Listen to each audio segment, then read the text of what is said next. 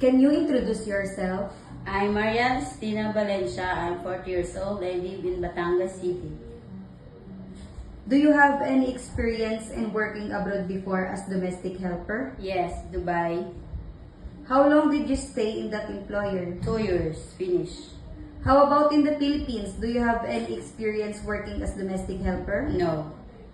What are your main duties in your previous employer? Cooking, ironing, washing, Why did you choose to work in Hong Kong? high salary. Do you know how to cook some simple Chinese food? Yes. Steam, fish,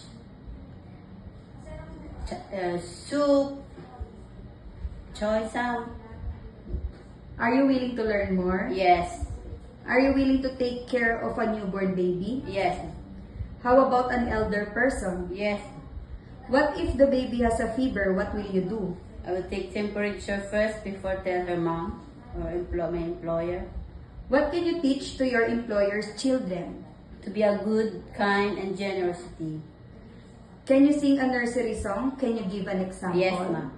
Twinkle, twinkle, little star, how I wonder what you are. Up above the world so high, like a diamond in the sky. What kind of employer are you looking for? Generosity and kind and... Are you afraid of dogs and cats? No, ma'am.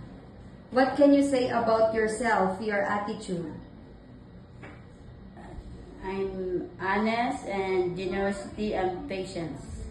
Can you give a short message to your future employer so that they will hire you? I will promise you I will work hard and I will finish my 2 years contract. That's it.